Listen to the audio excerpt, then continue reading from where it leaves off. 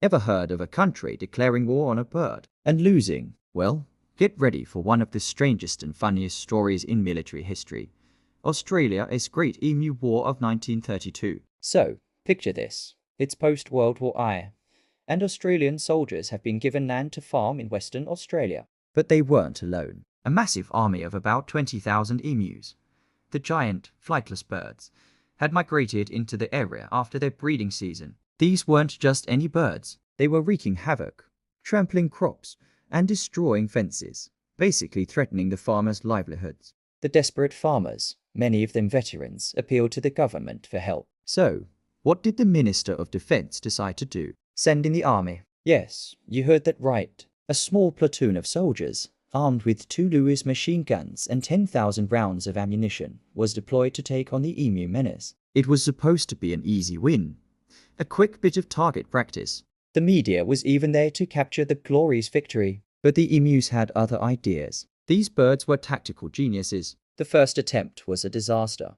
The soldiers spotted a flock and opened fire, but the emus scattered in all directions, making them impossible targets. The machine guns, designed for stationary targets, were totally ineffective against the fast-running, zig-zagging birds. One soldier even said the emus were as difficult to hit as tanks. Days turned into a week of fruitless pursuit. The soldiers managed to take down a handful of emus, but it took thousands of bullets. The emu commander, a particularly large bird, reportedly led his troops with incredible cunning, splitting them into smaller groups to minimize casualties. It was a complete humiliation for the Australian military. The press had a field day, with headlines mocking the army's failure. After about a month, with very few emus killed and a lot of ammunition wasted, the military officially withdrew. The emus had won. The war was over. The government later tried other methods, like offering bounties, which turned out to be much more effective.